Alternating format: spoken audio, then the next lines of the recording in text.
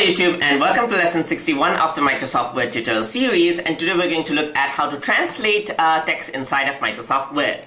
So now we have our text in English, and if you want to convert this into any other language you can actually do that. So let's say I want to translate this chunk of a sentence right here into something like Chinese or French or Arabic and so forth. So I'm going to make a copy and paste of this. So I want the English text to remain. So I'm going to select this out just like this, and over here you can see that under the review section you see translate right here. So simply click on translate and you can see that there's a translate selection option right here.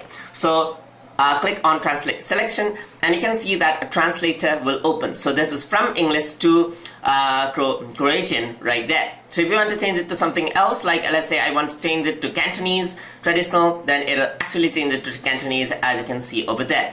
So if you want to change it into Filipino, you can see that now it has been exported into Filipino. So I can select a lot of languages just like this. So you can see that I can change it to Hindi, and it has been converted into Hindi. So once I select the language that I want, I can simply press insert and you can see that that has been replaced just like that. So what if I want to translate the entire document then? So I can actually go into translate and I can go to translate document right there.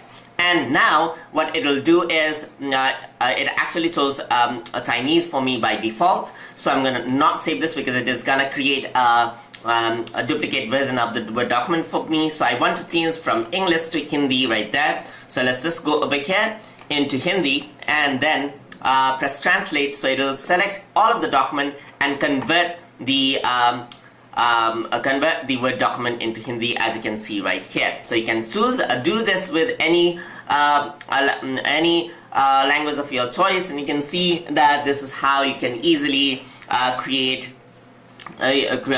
multiple version of the document in different languages, just like that. So that is how you can use translator inside of Microsoft Word. Hope you guys learned something as always, and as always, please like, comment, share and subscribe.